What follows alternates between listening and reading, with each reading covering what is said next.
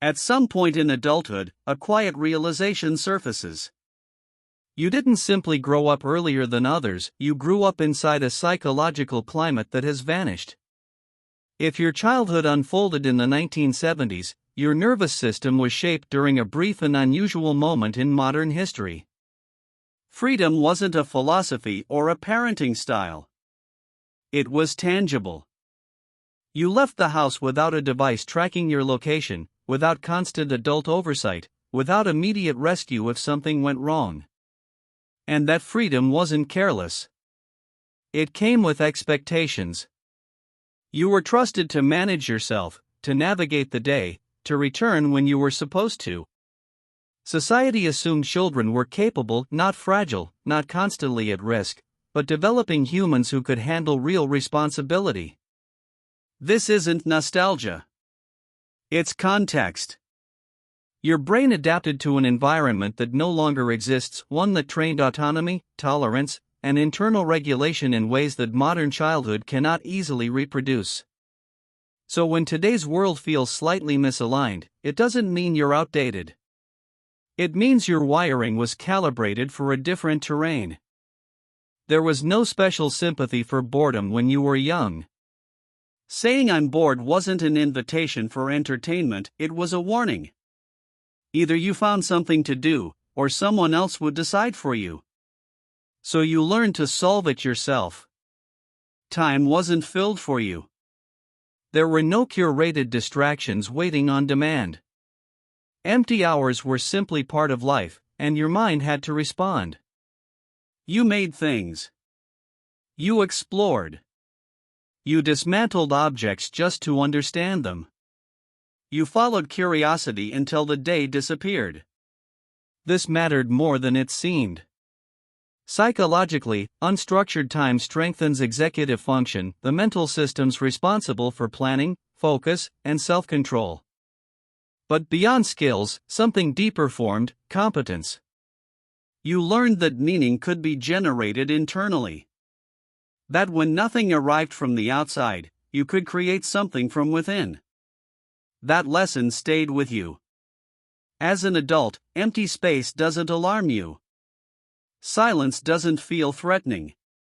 Your brain remembers something many people were never taught: boredom is not a crisis. It's an invitation. Without schedules dictating your attention, your focus naturally turned inward. You learned to ask questions that many children today are rarely forced to consider.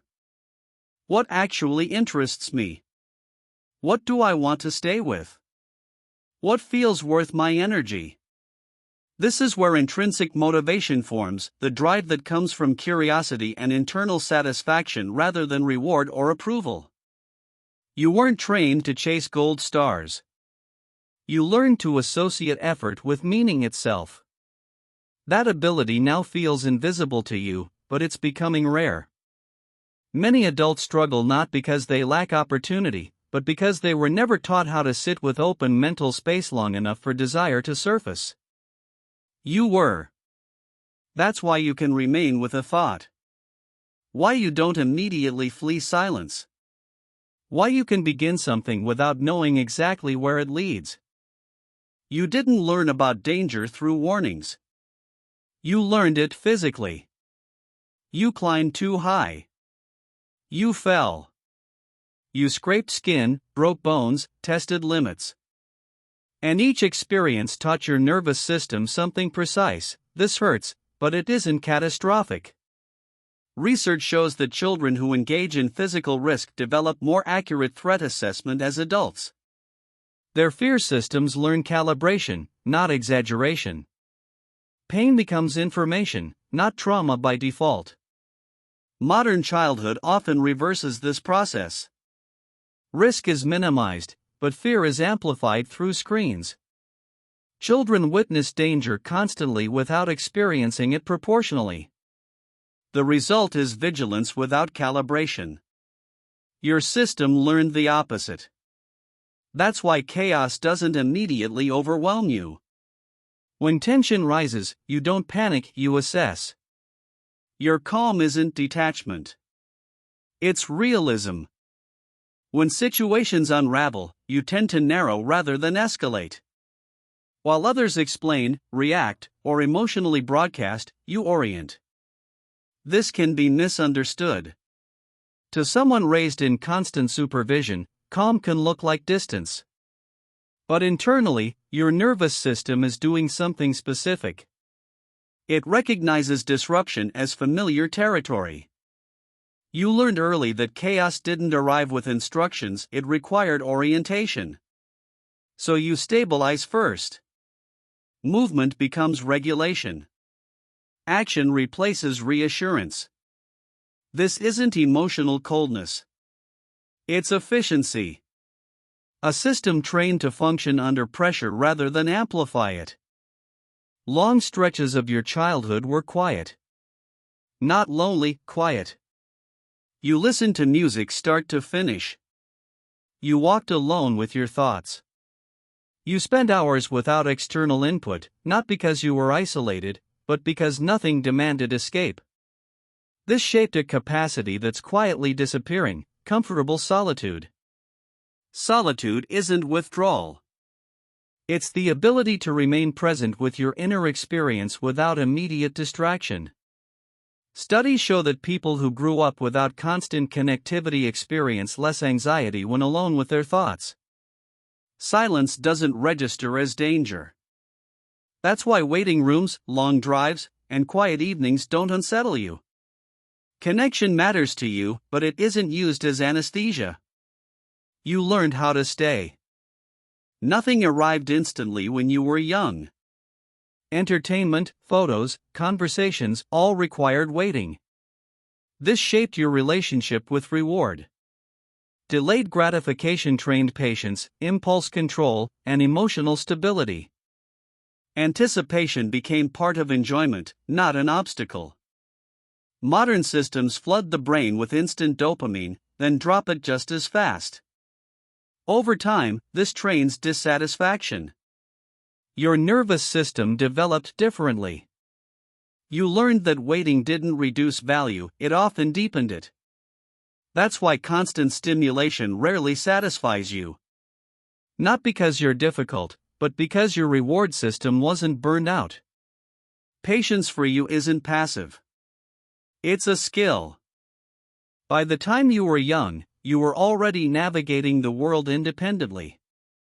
You left the house without supervision, relying on judgment and intuition. And when something went wrong, you handled it. This built a strong internal locus of control, the belief that your actions matter. But it also taught containment. You learned to manage emotions quietly, efficiently. Many people who grew up this way are highly capable but less practiced at asking for help.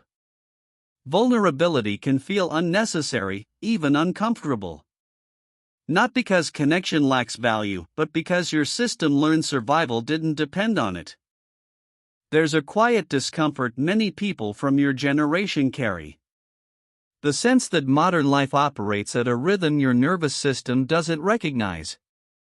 Everything feels louder, faster, more performative.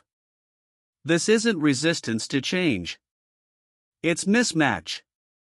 Your system was shaped for depth, stability, and internal regulation. Today's world rewards immediacy, visibility, and constant expression. So when you pause instead of reacting, it can be misread. When you don't overshare, it can seem distant. But these aren't deficits. They're adaptations. Your wiring still has value, especially in moments that require steadiness and discernment. This isn't about returning to the past. That world is gone. But the wiring it gave you still matters. You don't need to abandon your patience, autonomy, or comfort with quiet to belong now.